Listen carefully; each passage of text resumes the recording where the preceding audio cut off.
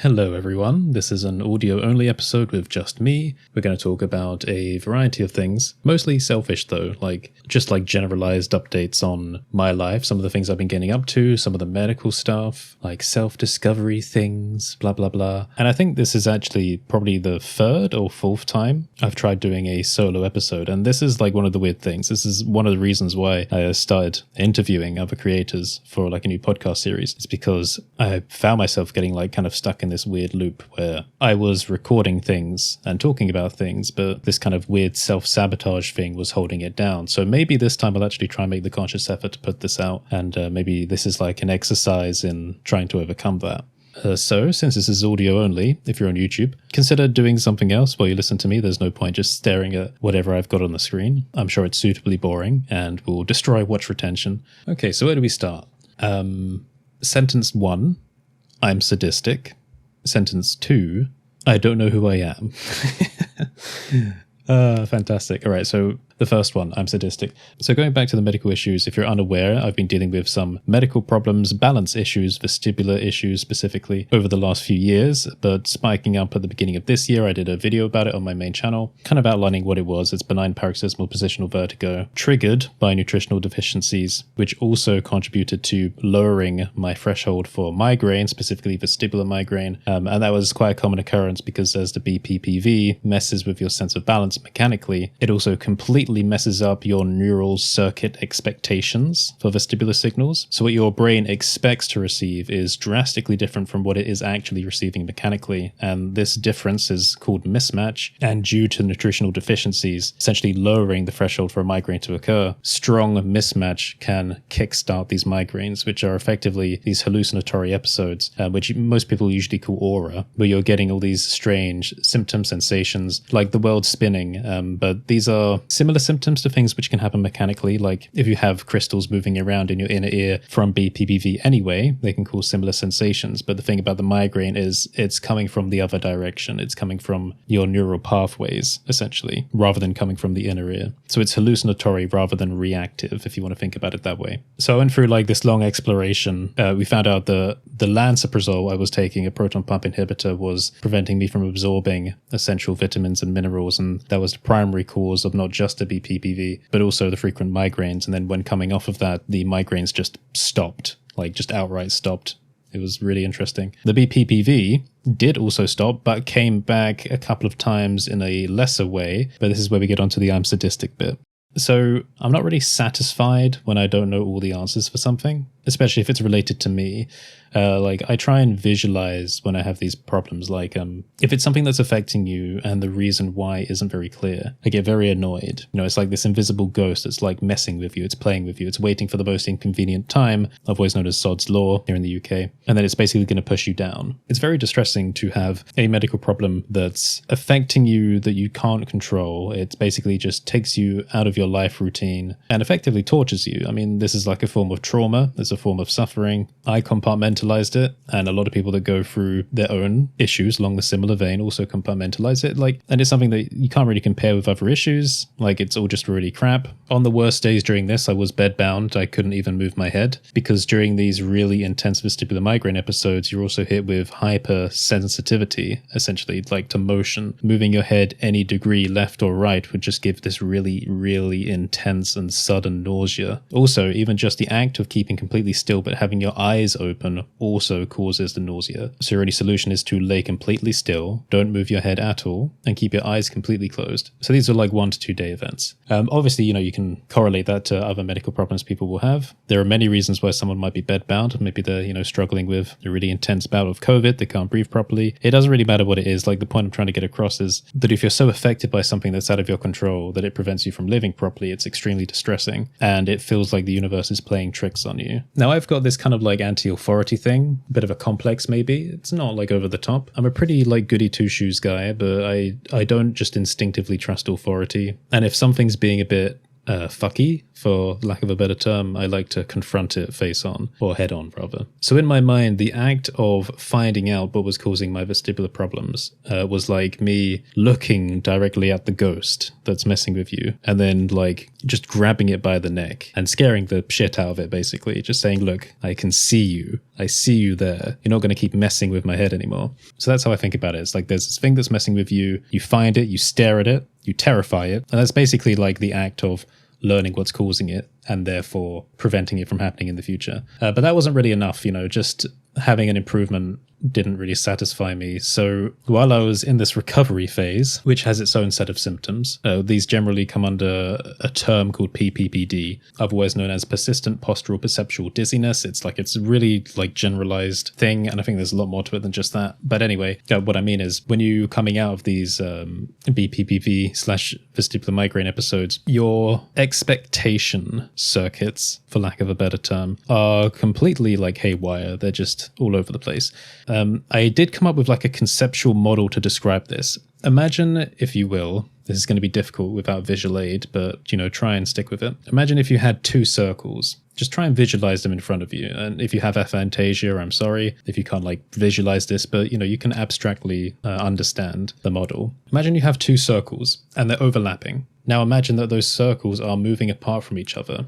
So before they were on top and now they're kind of overlapping, so they're like a Venn diagram, and now they're kind of moving further away and then they're coming back together again. So these two circles can move in and out of alignment pretty much, and try and add some like randomization to their motion. So they're kind of like curving and moving in a wave-like form. So sometimes they overlap perfectly and then sometimes they kind of move further apart from each other. Okay, so these two circles represent your expectation for what your brain thinks your balance should be, or what it thinks your experience of your balance should be, compared to your mechanical balance signals. So one of the circles basically represents your inner ear, and the other circle represents what your brain expects the inner ear to say, pretty much. And when they're in perfect alignment, everything is fine and dandy. That's like a regular, fully functioning human being right there. There's no weirdness, there's no dizziness, there's no weird lightheaded sensation depending on how they're sitting or what they're looking at. Everything is fine when these two circles are overlapping. But for someone like me, or anyone that's been through some weird thing, maybe they've had like some head trauma and it's messed up like, some of their mechanical signals, these circles have moved apart from each other. Now, I want you to add something else to this model. If you have the circles away from each other, I want you to imagine there's an elastic band connecting around them, right?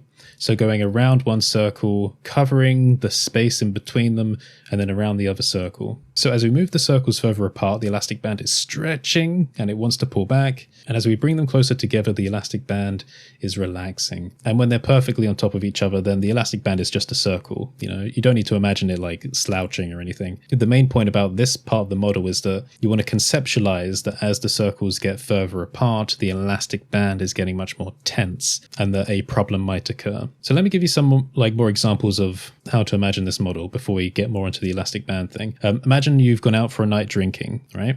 The alcohol affects how you perceive signals with your vestibular nerve. So that would be an example of your mechanical circle moving out of alignment with your expectation circle. Okay, so you've imagined that you've gone out to a party or something, you've had a bunch of drink, you're feeling a bit sick, you're actually feeling a bit dizzy, and that's because that circle has misaligned. At the same time, which something you may not realize, is that your other circle, the expectation one, is actually trying to catch up because the brain is this plastic system. Well, not literally plastic, it's called neuroplasticity. It adapts. The more you experience a certain stimulus, the more your brain expects to experience it. It's all about building the most efficient pathways to make the movement of information as easy, efficient as possible. Okay, so maybe for another example, maybe, you're at a playground and you're spinning around on something really quickly. Well, you're getting all these weird mechanical signals in your inner ear now because you're spinning around and around and around, and that circle is moving way out of whack with your expectation, and your expectation is actually really trying to keep up with it. So obviously when you stop spinning, it's going, whoa, and you're having all these weird experiences until those two circles start to relax. The elastic band is basically bringing them back together again,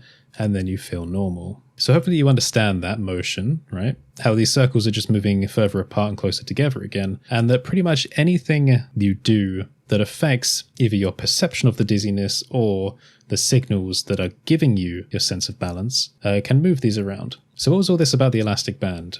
Okay, so to describe the migraine issue I was having, imagine that when you have nutritional deficiencies, the elastic band becomes less elastic. So as the circles are moving further apart from each other, your expectation and your mechanical signals are misaligning in what is called mismatch. The elastic band is old and dry and it doesn't really want to pull back, and quite frankly, it's going to break. This is what I call the migraine threshold. Essentially, these two circles are moving so far apart from each other now, they were in a danger zone. And then they move so far apart that the elastic band snaps, and that is the migraine threshold. If you watch my original video, I explain this a bit more. Basically, what happens is, imagine you're sitting at a computer, and I would do something where, say, for example, either one of two things happened. Either a crystal moved in my inner ear, this is the BPPV, which moved the mechanical circle way out of line and snapped the elastic band, or I did something to mess with the expectation circle, such as putting one of my feet sideways and applying pressure on it with the other foot. So it doesn't matter which direction this happens in. If the circles just move out of alignment with each other, then the elastic band will snap. So that's what happened. And when it snaps, there's a runaway effect. It triggers this vestibular migraine, and there is absolutely nothing you can do to stop it. Well, maybe there are some drugs available that I haven't been able to try yet, but for me, there was nothing I could do. And it's basically this progressive hallucinatory increase of weird sensations, like a runaway effect, feeling extremely sick, eye spasming, room spinning, twisting whenever I blink, all this weird stuff. Until, like, after about 48 hours, you can kind of feel like the circles are back together and there's a new elastic band that's grown around them. Now, removing the nutritional deficiency problem means that the elastic band becomes more elastic again. So essentially, you've increased the threshold. So this is what happened for me when I came off the lansoprazole. Thinking about it from the angle of this model, when I was on lansoprazole, the elastic band was all old and crusty and couldn't really take much, and that any slight weird separation between these two experiences, the expectation and the mechanical signal, triggered a migraine, and it didn't take a lot to trigger it because the threshold was so low. But after coming off the lansoprazole, the threshold drastically increased, and I remember having moments of mismatch afterwards and thinking, oh no, a migraine's about to happen, I need to get ready. And then standing there and then realizing that it was slowly reducing again. And I remember being so surprised by that when that happened. I was like, whoa, it's not going to run away into like a new 48-hour episode. Like, it was a weird sensation after having it for so long, feeling that mismatch reduce again afterwards. Now, as you can imagine, like, all of these factors are really difficult to imagine in isolation. And this is also where it gets more complicated because we can bring in like dietary factors, temperature, hormones, all this stuff. And there are so many variables that can affect your sense of balance, especially in this recovery phase, that I needed some way to visualize it. And this is what my mind has come up with, this double circle model. No matter what you do, whatever you eat throughout the day, where you are, it's all a movement of these circles. So here's another element to it, right? Back in the video I did on my main channel, I said that the thing which I should do when coming out of this BPPV/VM issue would be to take part in vestibular rehabilitation therapy. What I've since learned for myself while going through this recovery phase is that that has very limited application and very limited utility in actually solving the sensations because of one rather interesting specific fact. Your expectation circle moves depending on what your brain expects from your environment. Okay, so this is like a really weird part of the model, so you're going to need to bear with me for this. So you have these two circles, they move around depending on what you're doing, whether you're drinking, going for a run, getting hot, etc. There's all these little factors that adjust the signals in your inner ear or what your brain expects to feel. But now imagine that when you're sitting down at a computer, the expectation circle moves. It moves to what it expects for a computer sitting environment. Okay, now imagine that you're getting up and you're walking around your house and the circle moves again, because now it's moving to an expectation zone, if you like, of the signals you should receive when you're walking around your house. So basically the expectation circle is moving all the time depending on the context of what you're experiencing. So here's the weird kicker part of it. Your expectation circle and your mechanical signal circle may be perfectly aligned for most environments except for a few very specific ones. And with that in mind, if you participated in vestibular therapy in environments where you were already fine, then you're not going to do anything to help realign those circles. So basically just doing generic exercises like looking at a target and moving your head around, if you're not even in an environment which could trigger some form of mismatch, then there's like no utility in that. Or I should say limited utility. Rule 1, all things within reason. So now we have this model of these circles that move around depending on what the inner ear is saying and what your brain's expecting to experience. And it adjusts based on where you are and what you're looking at. So now things get even more complicated because, and I didn't believe this specifically to start with, or not that I didn't believe it, more that I just needed to experience it for myself before I actually took it seriously, that your brain pays attention to your sensory information to obtain a sense of balance differently if you're in a fight or flight state. Basically, if you're feeling overly anxious or scared about something, or just overly emotional, hormonal, etc., it's going to expect or perceive balance signals differently. You may have experienced this in a limited form. Have you ever watched a really scary movie and noticed that when you get scared and your eyes water a bit, that you look around and you feel slightly lightheaded or dizzy? Kind of a bit like that, I suppose. But I actually had an experience recently which properly confirmed it for me, because I kind of measure my sensitivity to this mismatch feeling. Sometimes it's triggered based on my foot position. Sometimes it literally just comes in waves which are uncontrollable, or rather uninterruptible. And this is the fight or flight, the hormonal, the chemical. It's really interesting. I'll be sitting there I could be staring at something completely flat on the screen, and then my body will just slightly feel its sense of balance is shifting, and then it rebounds and comes back again. And then a few minutes later, slightly feels like it's changing, and then it rebounds and comes back again. And this is something that's outside of our mechanical control. This is me literally sitting here feeling hormonal changes affecting my sense of balance, while everything is completely static. This is something that most people will not realize. This is a really oddly specific thing that you will only notice if you're specifically looking out for it. It's weird to think about this, that, after literally about 3 years of these problems and having the massive spike of it and specifically studying this and kind of developing this conceptual model to describe this adaptivity, that I've effectively trained myself to identify the differences in balance signals. I've heard from a bunch of other vestibular therapy experts that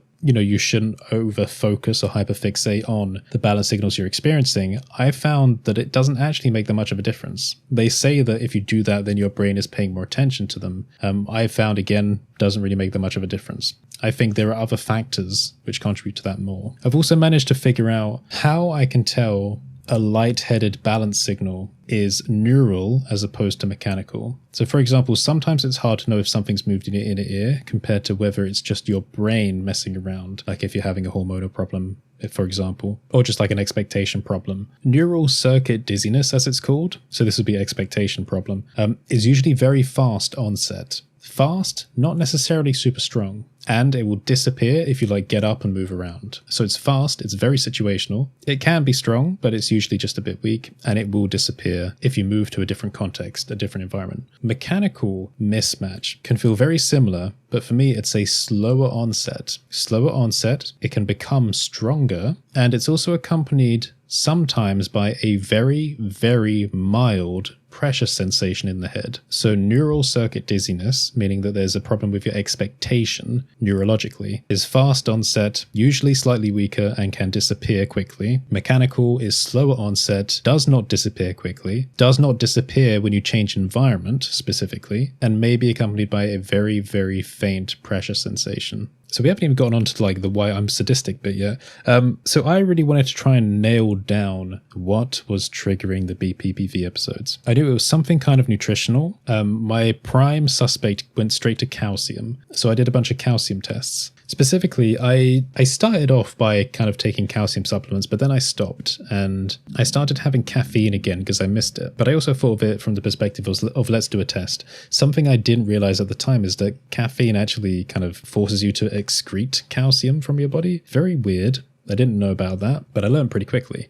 So after coming off lansoprazole, the BPPV disappeared. But then after a few days of having caffeine again, as well as high sodium meals, I had an anterior canal BPPV episode. And for those of you that don't know, it's basically a canal responsible for your up and down looking sensation. And I managed to confirm that by doing something called the deep head hanging maneuver, which is where you essentially lay on a bed and you have your head tilted backwards completely. So your head is upside down off the edge. Then after a while, you bring it up to your chin. chin. And you all know if you've got something anterior canal related, because when you bring your head back to your chin, oh my God, like it will feel like the entire bed underneath you gets yanked, just like pulled out to like a different universe. It's just the weirdest thing. But I managed to get over that. So that took like a couple of days after starting the caffeine for it to appear. But then that's when I learned about like this calcium excretion thing. But they recommend that you actually have more milk with your caffeine to try and compensate. Now, apparently it's not supposed to be much, right? It's not supposed to have much of an impact. But I am a bit suspicious about that. I have a feeling that people's bodies will react in different ways and that some may be more sensitive to this excretion than others. So later on, I did another test. I started taking double caffeine doses, like basically just double the amount that I was taking on the first test, for a longer amount of time, so about like 1 or 2 weeks. At the same time, I also had much more calcium supplementation. I was having more milk throughout the day, like twice a day. I was having quite a bit. So double the caffeine, double the milk to try and compensate. And this time it took, again, about 2 weeks rather than 2 days for a specifically anterior canal episode to occur. Same canal again. Very weird. I think the main thing which made it take longer that time was that I was supplementing extra calcium. But what this tells me is that caffeine has a really big impact on this problem. In more ways than one as well, because apparently caffeine also affects like some of the calcium receptors in your body, and also just generally how sensitive you are to some of the signals in your inner ear. From what I've heard, there may be like conjecture. So not only could it be causing problems which are moving that mechanical circle,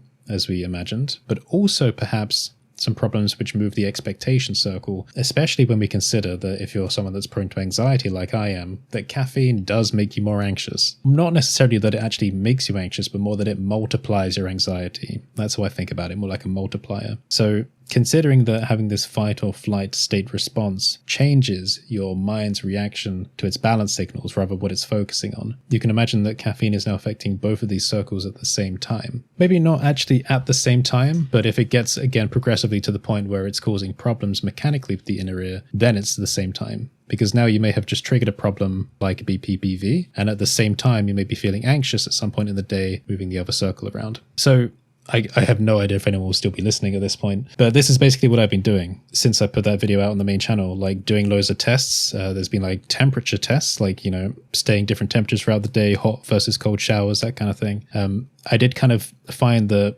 when I was having days where this sensory mismatch was occurring, whenever I had anything diuretic, for example, high in caffeine, high in sodium, hot showers, etc., that made the sensations worse overall. That overall worsening reduced over time, I think, because I've generally been recovering from the BPPV/VM nightmare. But it was just interesting thinking about that. And also trying to decipher mechanically how diuretics would cause a stronger shift in the circles in the model. I think a reason might be because, again, of the dehiscence, suspected dehiscence of my posterior canal inner ear. I actually thought it was superior canal to start with because I was kind of misinformed about that. I think my neurologist told me it was superior, but then I actually went back and had a look at the report and it said posterior. And that lined up with when I did the MRI visualizations in Blender with the help of Ben. It actually looked to me like the posterior canal was closer to the middle cranial fossa. And that's actually the point when I thought, wait, hold on, I thought it was supposed to be the superior canal. But anyway, thinking about the diuretic thing, I kind of had the theory that maybe if there is a hole in the bone covering between the canal and this region, that maybe there's some kind of change in pressure, which very, very slightly either shifts the shape of the canal or alternatively just provides some additional white noise signals that, you know, like in the evenings after having diuretic substances and like a hot shower, for example, might give it just like a different signal profile very, very slightly, so that mechanical circle moves out of line more during that time of the day. But that's a very loose theory, and it's just something I was thinking about. But now everything I do, I try and conceptualize it with this model that I've come up with, and basically everything makes a lot more sense now. I'm no longer afraid of like the random sensations of feeling slightly dizzy or lightheaded or a bit vertigo-y, because I just look at what I'm doing, I look at where I am, my environment, and then I just conceptualize these circles, and I think, okay, what have I had today? Have I had anything that would move these out of line? Yes, then okay, this makes sense. I just kind of go from there. I have a hard time believing that anyone actually made it this far through the podcast already, but if you did, then congrats. All right, so next part. This is going to be a bit more about self-discovery, I suppose. I haven't really like prepared too much to think about, but there's been quite a lot happening recently. So coming out of the medical problems is interesting because I kind of like rediscovered some like emotional potential if you want to think about it that way. But it's also allowed for more self-reflection in between like this recovery phase, and like I have good and bad days, but they're getting more frequent, the good ones, except for when I do like these sadistic tests, but that's beside the point. But strangely, as I've been kind of recovering this mindset, it's become more difficult to do certain types of work. And I wasn't really expecting that. So during the medical problems, my attention span was getting really bad. And I thought that was also just like a side effect of the deficiencies. But one thing I've noticed is that that's not true. And it actually feels like it's getting progressively worse. And I think this is actually more of a psychosomatic issue. It's made it extraordinarily difficult to do very simple tasks. I'll just focus on very simple tasks, like when doing the research preparation for community roundup videos on the main channel. It literally just involves watching someone's video and, oh my God, the mental effort required to start doing that and actually make notes and actually focus without like just clicking away or doing something else. It's impossible. So that's just like one part of it. But then there's also this kind of feeling that I've forgotten who I am. And this is not something that's like specific to me. In fact, in the Blendedness server, there was a video shared by Kev Binge from Kevin Smith, I believe, where they're talking about trauma. Now, we're not going to get too much into trauma and all that, but it was a really interesting video because in that he was basically saying that at some point, somewhat recently, he had a mental break and had to go and get help because when he tried to look for himself, like the version of him that wasn't just a workaholic all day,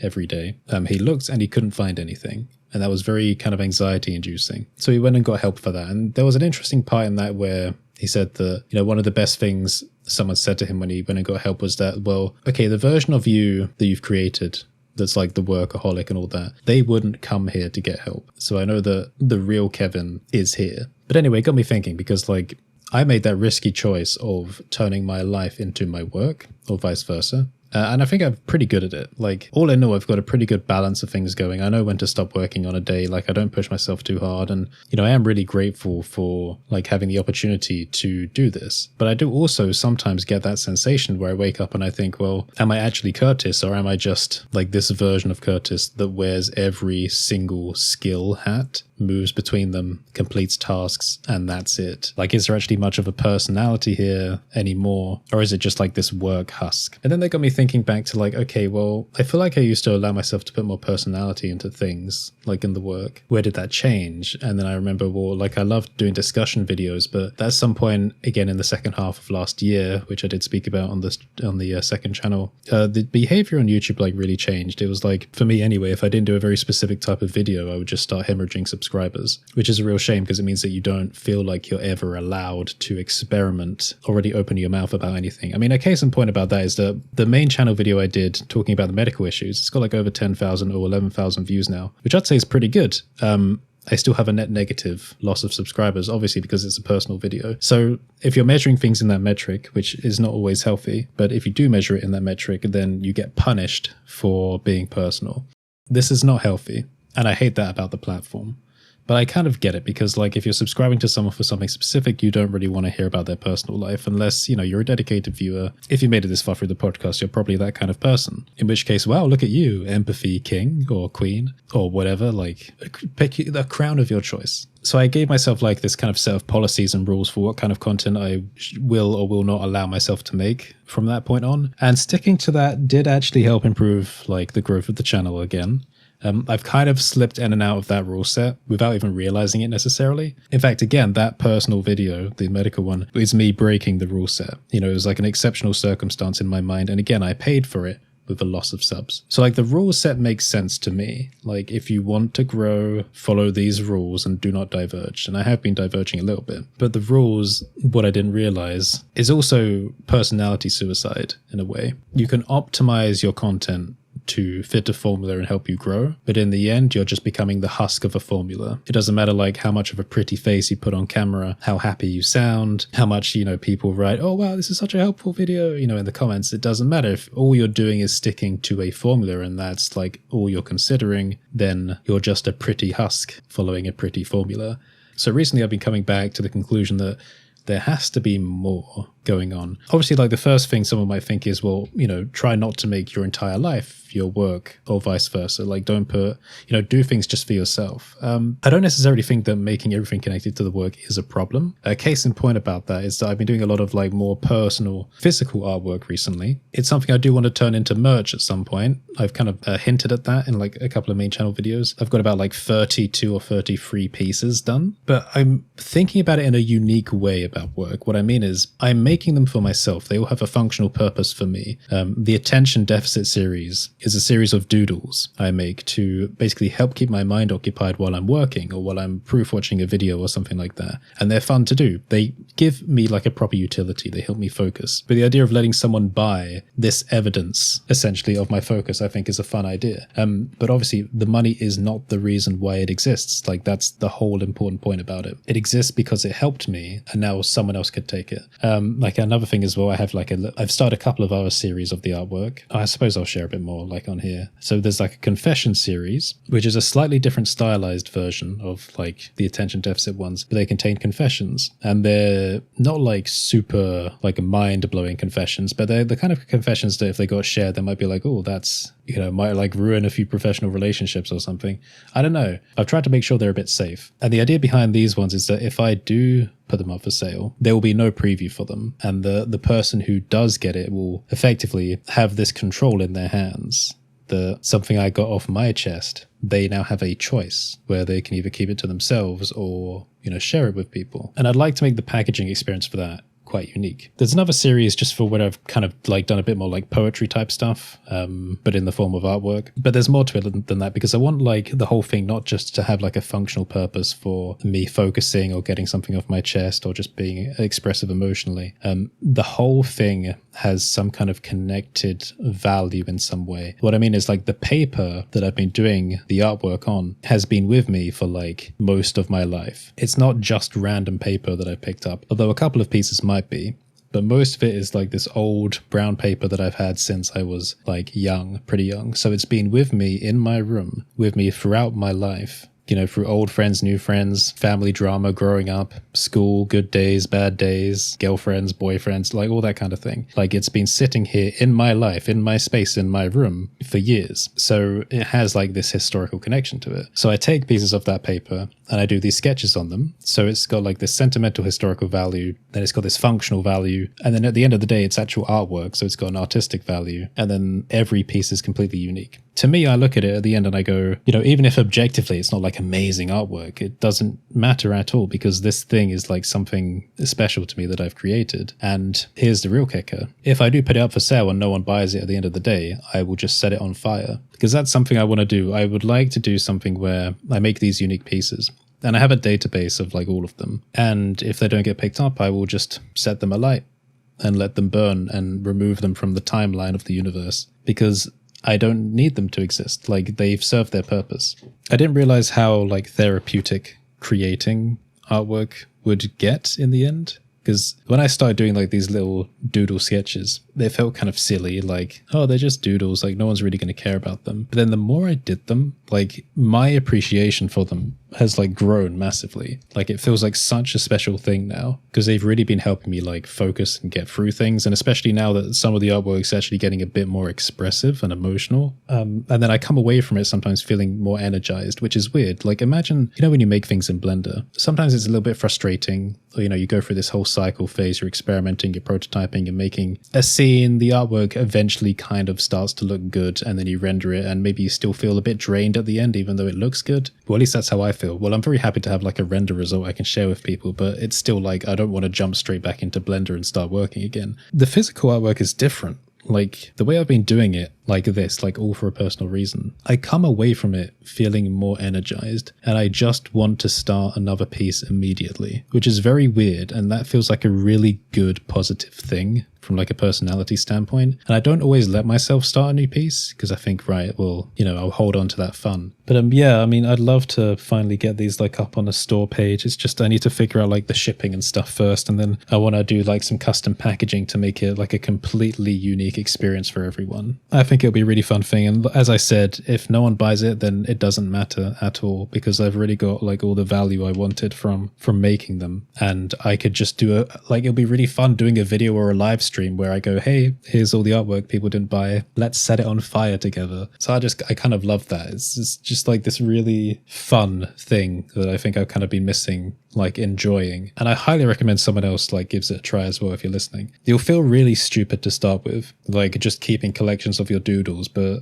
I don't know. I don't want to get like, I'm never going to give it up now. It's like one of these weird things, when you hear people that start hobbies and then they get like obsessed with it. This feels like something I'll probably be doing for the rest of my life now. Anyway, we went off on a complete tangent. Yeah, so some days I kind of forget who I am or who Curtis is, and it's all about the work, and I need to like ground myself by reminding myself of the things that I like despite work. And that's why I was talking about the artwork, because it's one of these things I've rediscovered recently that, oh, well, Curtis Holt at a core loves producing or creating artwork, something from nothing. This is what he does. I also love historical things, which is why I collect artifacts. Okay, that's not directly related to my work, and there are some other projects I do which, don't have monetary gain. I love community. That's why I do community things that aren't always for money. And it's like I've got to remind myself of the things which aren't directly, specifically like money oriented. But I do think it's important to find more activities away from work. I do like certain podcasts. I like historical and technological things. But to get a little bit more deep, I feel like I've been neglecting like the real emotional side of Curtis, because the weird thing is I'm like a highly sensitive person, but I don't give it off. I think because like environmentally I've been kind of like forced to close things in, and when you're kind of taking up this kind of work and you're doing every possible role for the creative and technical side of the skill set, like it's an insane amount of work when you think about it. If you're at all like ever interested, take a look around my website, like just have a look at everything that we do, and then go to the YouTube and have a look at every video and conceptualize like how long it takes to prepare, record, and edit those, and then take a look at all the products, and then take a look like all the random art pieces. Now imagine all the emails that I've like had to go through, and like I don't respond to 90% of emails, conversations with creators and companies, the affiliates, all that kind of thing, and then all the technical support and all the random experimentation and R&D you don't even see, and all the other creators I speak to and how we inspire each other. And it's just, I don't know, you kind of look at all of that and you think, for a one-man army, I know it's not very modest to say, I think I've done a really good job, but that's why it's so easy to lose yourself in all of that. There's so much complexity there. It's like the idea of just doing one thing now is just a completely foreign thing. But I think it's also kind of played with my mind so much now. It's given me the ability to really lean into the like openness to experience part of my mind. But at the same time, it's also made it quite difficult to connect with certain types of people.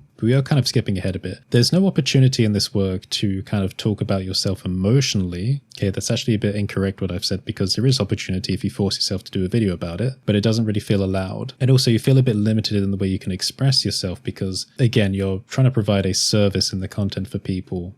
People aren't really coming to you just for you specifically. So you try and find like the cracks in between where you're allowed to express a bit. And that's why I guess I've been doing like the painted nails, but that's like a multi-reason thing again, not just for expression, mostly because I wanted to stop biting my nails, and this did work. Like it was the only thing that worked in the end. But it also seems to have improved my watch retention, so there are a bunch of other like good reasons for that. But again, sometimes it feels like, you want to talk about important things, but there's just no place or space or time for it, because like it's not directly related to Blender. So the problem is, when you've become like this husk of a work unit, and there's this little part of you that still exists that's like this, actual genuine personality, and it wants to say something, it can't find its way out because you've built up all these walls and these rules that prevent you from like disturbing the audience, if that makes sense. But again, I don't feel like that's healthy for, the sake of keeping you as a person going. So here's the thing, like in my work, love, emotion, sexuality, all that stuff has like played such a huge factor in my skill development and what I've done and my life and all my, little compartmentalized trauma and all of that. Like it's the only reason all of this exists is because of like relationship stuff pretty much. And you can't really talk about any of that, or you can, but like where am I going to find time to do that? I have a lot to say, and I know I can help a lot of people by talking about it, but there's just nowhere to do it, or nowhere to do do it that feels right, I guess. I suppose there is more room on the channel for expression because like I can probably put a bit more effort into how I look without, necessarily changing the content, and that'll be fine. But yeah, I don't know. It just always feels like there are two people,